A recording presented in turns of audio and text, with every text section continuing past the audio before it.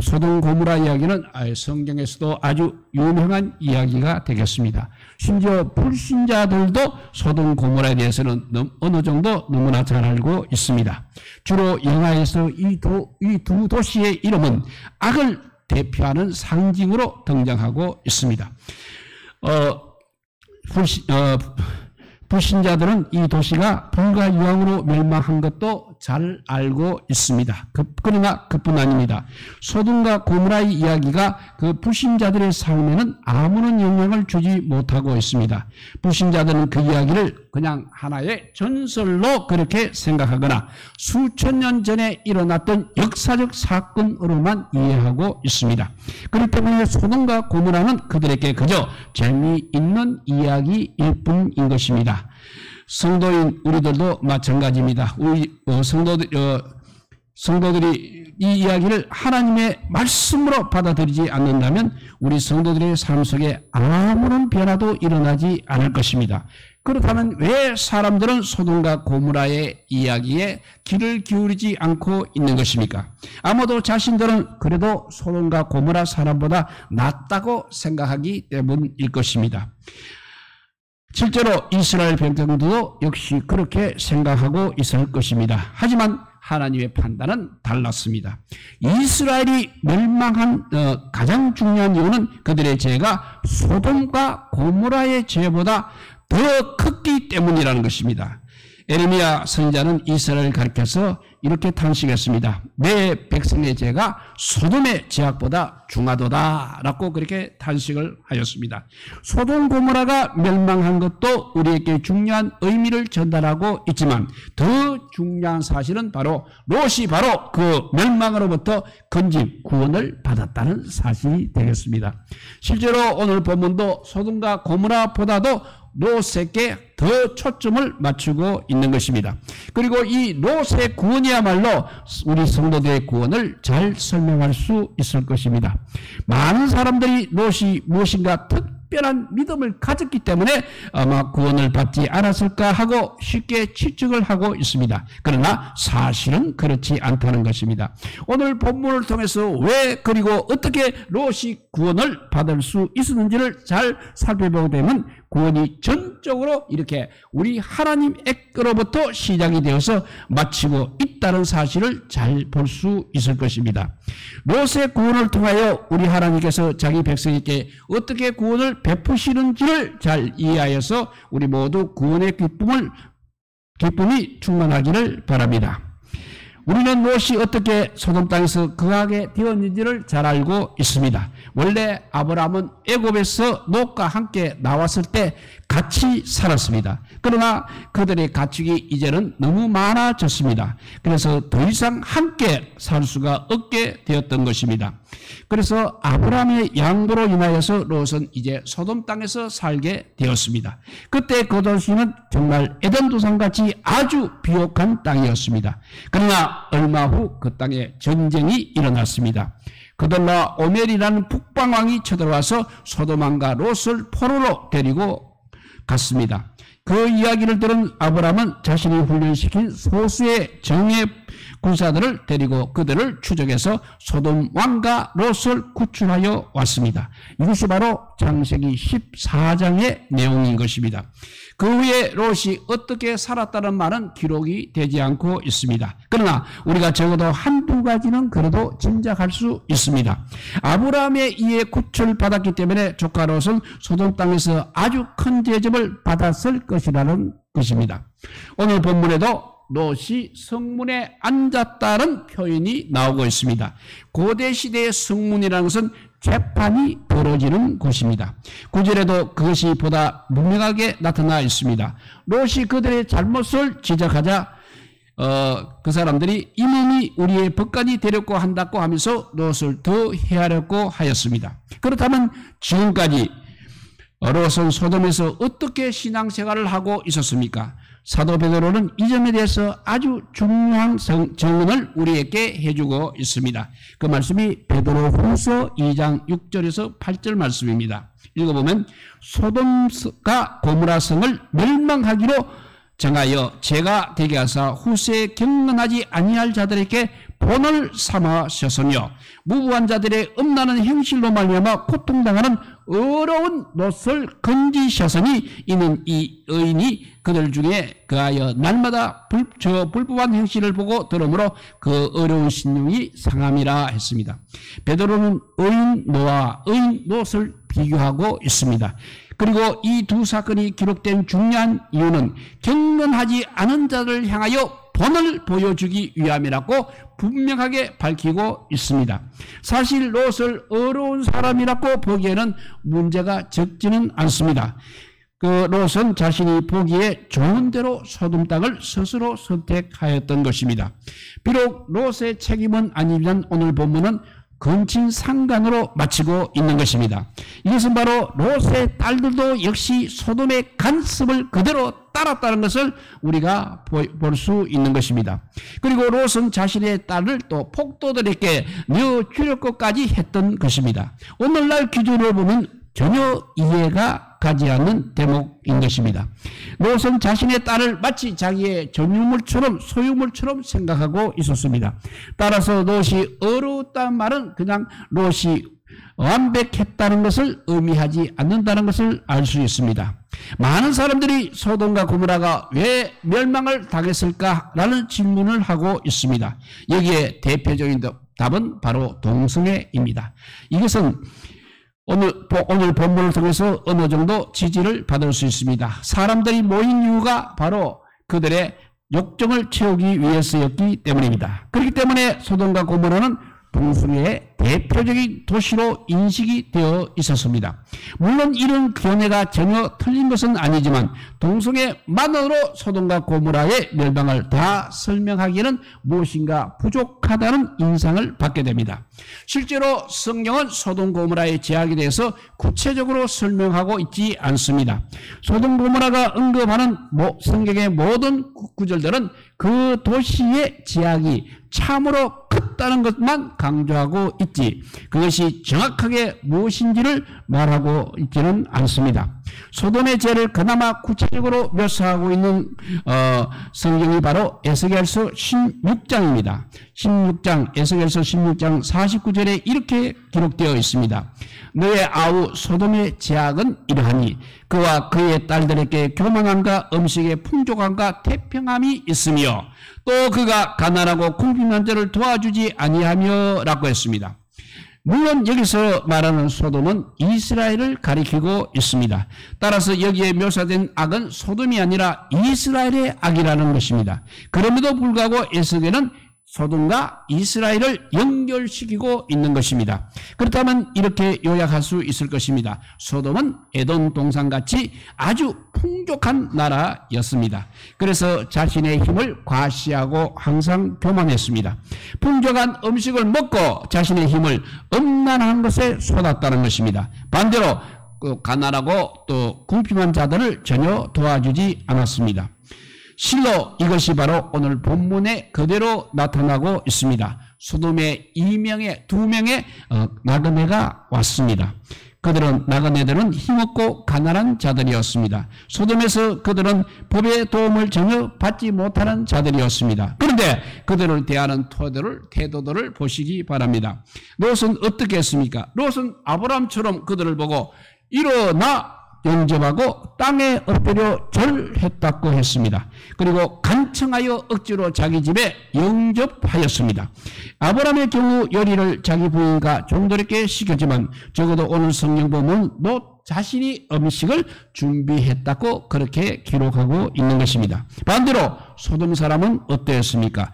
음식을 먹고 그들이 자기 전에 롯의 집으로 와서 그들이 도망가지 못하도록 포위하였습니다. 그리고 그들은 롯을 협박하여 그 나그네들을 끌어내라고 명령하였습니다.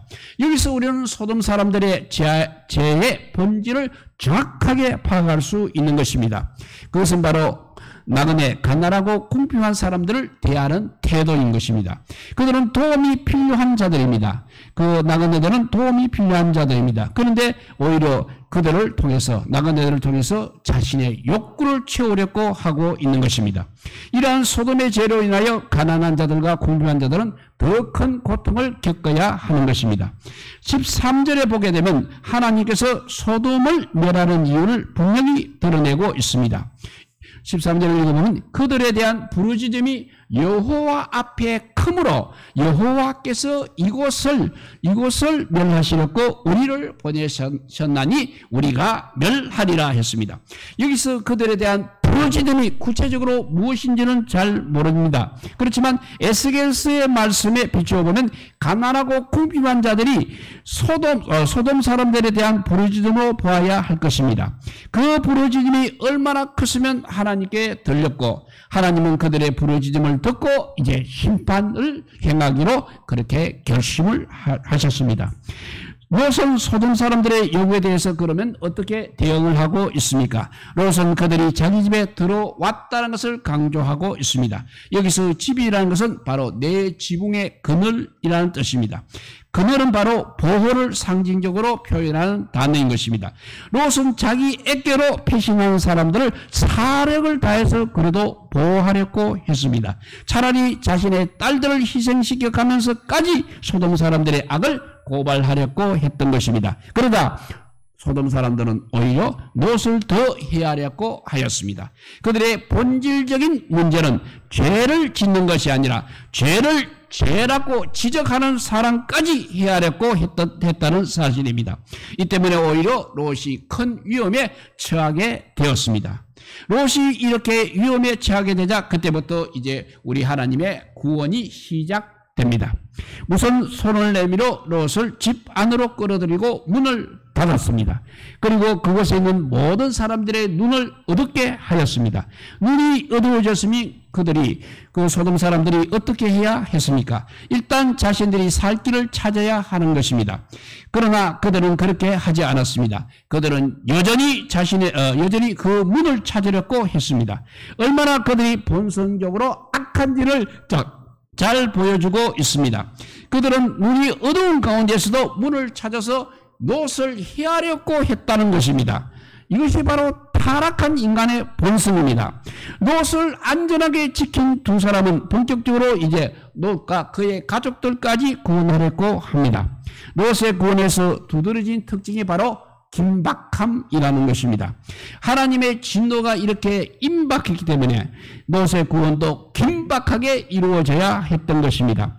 천사는 롯에게 자신에게 속한 사람들을 성 밖으로 끌어내라고 명령을 합니다. 집 밖은 여전히 소돔 사람이 있었지만 천사들이 바로 그들의 눈을 어둡게 했기 때문에 딸과 사이들에게 멸망의 소식을 전할 수 있었던 것입니다. 하지만 사이들은 그 소식을 농담으로 간주하였습니다. 결국 두 딸만 겨우 설득할 수 있었습니다. 동떨 때 이제 천사가 롯을 재촉하기 시작했습니다. 하지만 무슨 이유인지 롯도 역시 지체를 하고 있었습니다.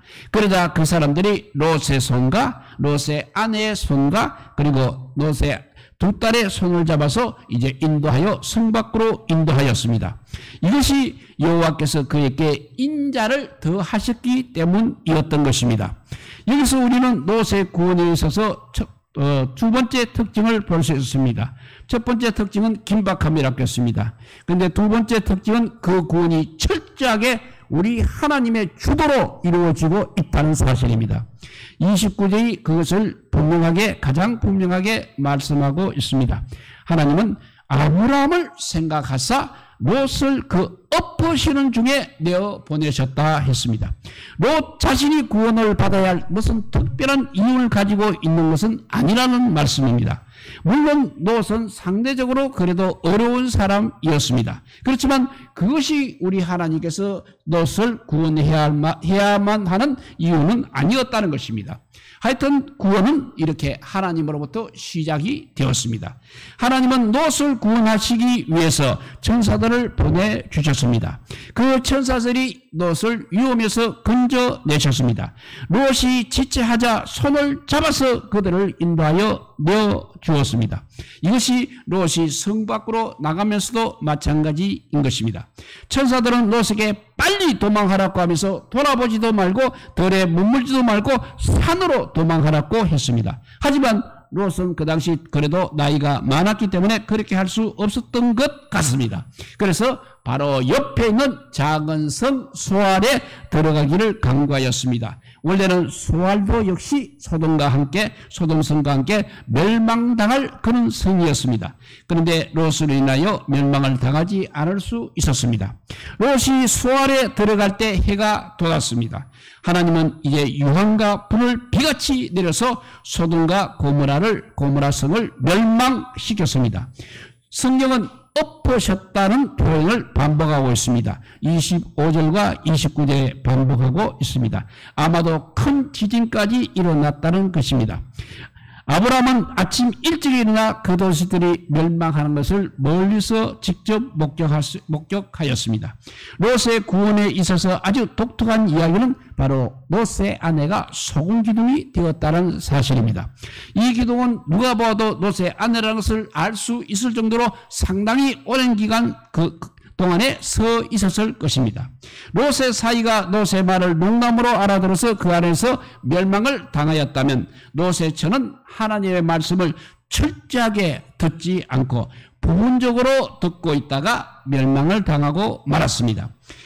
롯의 아내는 거의 다 구원에 이르렀다가 결국은 망하고 만 것입니다. 틀림없이 롯의 처는 소돔에 두고 온 많은 것에 미련이 있었을 것입니다.